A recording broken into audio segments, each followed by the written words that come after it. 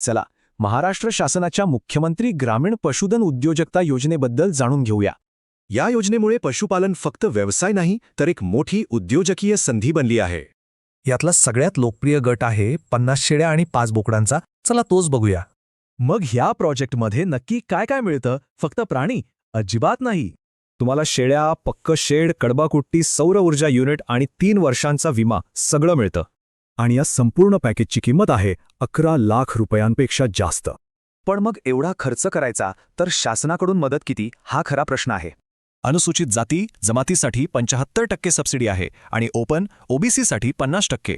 ही subsidy 2 टप्प्यांत मिळते. पहिला हप्ता शेड बांधल्यावर आणि दुसरा प्राणी खरेदी केल्यावर. ठीक आहे, मग यासाठी अर्ज कोण करू शकतं? म्हणजे पात्रता काय आहे? बघा, स्वतःची जमीन हवी, कुटुंबातून फक्त एकालाच अर्ज करता येतो आणि आधी सबसिडी नसावी. आणि एक सगळ्यात महत्त्वाची अट, पशुसंवर्धन प्रशिक्षणाचं सर्टिफिकेट असणं बंधनकारक आहे. पण समजा सर्टिफिकेट नसेल तर 2 वर्षांच्या अनुभवाचा दाखलाही चालतो.